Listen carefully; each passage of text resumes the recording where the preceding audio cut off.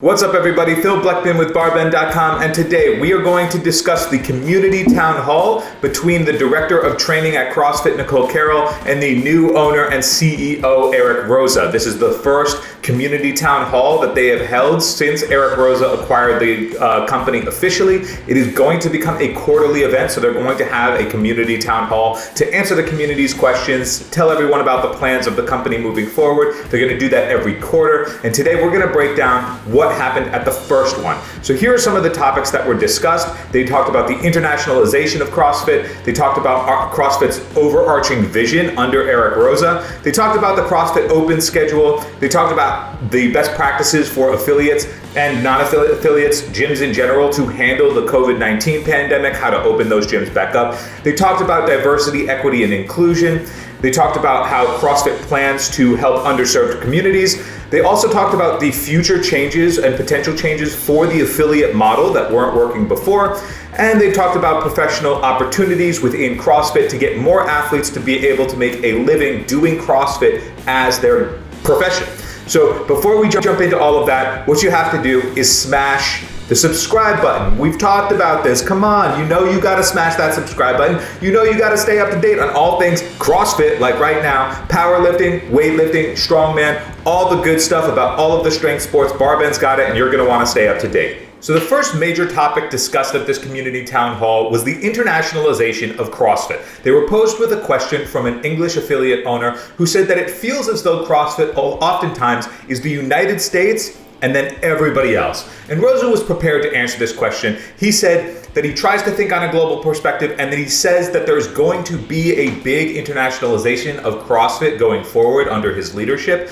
He also said that within the next 5 or 10 years, he expects 80 to 90% of CrossFit gyms to be outside of the United States. So it is something that he is taking seriously, and they are putting a lot of focus on countries outside of the US, so much so that he has already hired a general manager of international, which that position's already been hired by a man named Greg Gaines. The job of the general manager of international is to focus on countries outside of the US, and then he will be reporting directly to Roza, so Roza can be held accountable. You'll notice as we go along and talk about these topics that Eric Roza is putting his money where his mouth is by really investing in that hiring process. So he is everything that he is saying, he's backing up with the action of hiring people to make sure that these things happen. The second question that they discussed was the overarching vision for CrossFit under Eric Roza's leadership.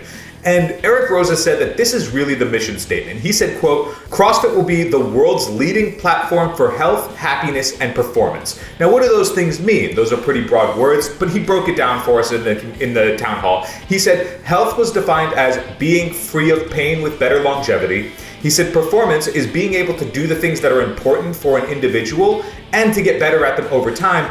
And then he said that the word platform was the most important in the vision, because he believes that CrossFit is invested in the success of those who either do CrossFit or an affiliate with CrossFit, and they see themselves now going forward as a platform business. So he said, quote, "CrossFit is something people build shit on." So he's really, really emphasizing that the people who do CrossFit, the people who work in CrossFit, that he wants to invest in the community itself to really build it up and really use CrossFit as the platform to give everybody else opportunity.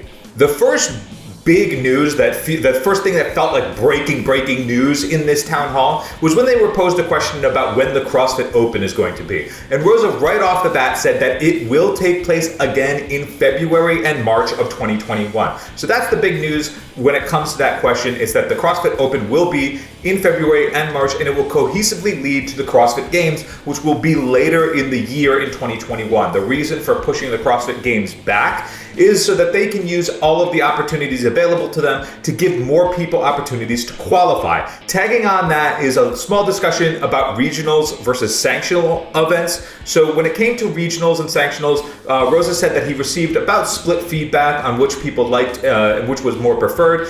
He said that he leans towards the sanctionals because he wants to be able to work with partners, he wants to build up those relationships, and he thinks that a grab bag of sanctional events is the model that CrossFit is going to lean on over regionals, but he didn't say one way or the other if there wasn't going to be both. He said there were plans in the works, but that they would be leaning towards the sanctional model over the regionals. The next question that they received was with regards to educating governments that are hesitant to open gyms during the pandemic. But the argument here is that fitness and gyms in general should be essential because they are for the benefit of people's health. Roza, for the most part, agreed with that, but he also understood that he believes this pandemic is going to be with us for at least another 12 months. He wasn't unrealistic. He was looking at it in a really grounded way and understood that we are going to be with a pandemic at least for another 12 months as vaccines are still in the works. And so he says they have prepared for that. Not only have they hired an infectious disease expert to work with going forward, they've also hired their chief analytics and research officer to help them understand how infectious CrossFit gyms are, to really look at the data and understand how to best respond to what is going on between gyms and the pandemic and how to keep people safe. And Roza's main plan with that is small groups being instructed in open gyms. So that essentially means that the gyms are well ventilated, that people are using minimal equipment between each other, so there isn't much equipment crossover to help prevent the spread. And then also, instead of doing the big box gym style workouts, instead it is small groups with instructors, so it's gonna be a little bit more intimate classes with ventilated gyms and minimal use of equipment to keep people safe. So Roza was really invested in the idea of daily, fast responding COVID testing that people could take every day for $1, and it would give them the results in 15 minutes. Now, the downside of tests like these is that they only have a 50% accuracy rate. If you take it every day, the accuracy does go up.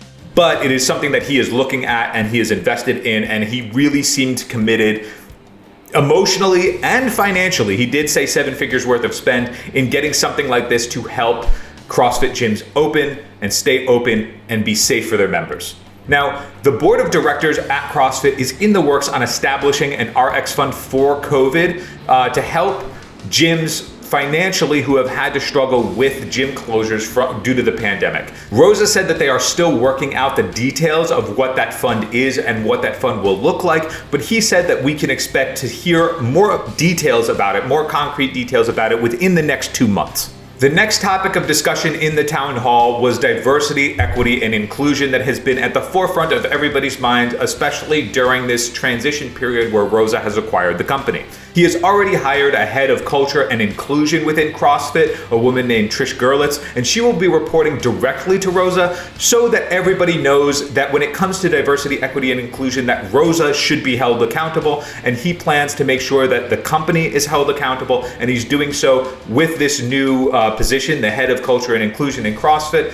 He also is aware that he needs to surround himself with people of color and with women and diversify his workforce in CrossFit, because he understands that when people are looking to get into CrossFit or potentially try CrossFit out, that they're going to look for role models in leadership. And he understands that, and he plans to make sure that the people around him are people from different backgrounds with different ideas that can keep him accountable when it comes to DEI. When it came to the discussion about gyms that had already de-affiliated, Roza said that he wants to learn from those gyms. He understands that things were not the way the affiliates wanted to be involved. And so he wants to listen to those gyms that de-affiliated, he wants to learn from them, and then he wants to provide value to them to earn back their trust. And if they want to come back, obviously, they would be welcome to come back. He would be happy to do so. He said that he wants to provide value, earn their trust, and listen to make sure that affiliates are getting what they need out of CrossFit to be successful. The last thing that was discussed was professional opportunities within CrossFit. How can more athletes make a full-time living being professional CrossFit athletes? Roza himself said, quote, "There aren't enough athletes who can make a living in CrossFit right now." He says that within 10 years, he believes CrossFit can achieve 1 billion viewers worldwide. For reference, 3.5 billion are how many people worldwide watch soccer in some fashion throughout the year, and soccer is the most popular sport in the world. So in 10 years, Roza expects that they can achieve 1 billion viewers worldwide, which is a very substantial number. Sponsorships, prize money, licensing deals, leveraging celebrity in some ways, whether it be speaking engagements and things like that. But these are potential ways that CrossFit athletes can monetize being a professional athlete. More big news on this front is that CrossFit has formed the first ever Athlete Advisory Council, which will consist of 4 former CrossFit Games athletes to help plan the future of the sport. Roza didn't mention who those athletes are just yet, but he does plan to announce them very, very soon. So that wraps up this first town hall with Eric Roza as the official new owner and CEO of CrossFit. They are going to be holding these town halls on a quarterly basis. So as they happen, Barbend will cover them. We will give you all the highlights of everything that you need to know. But until then, I'm Phil Blackman for Barbend.com. We'll see you next time.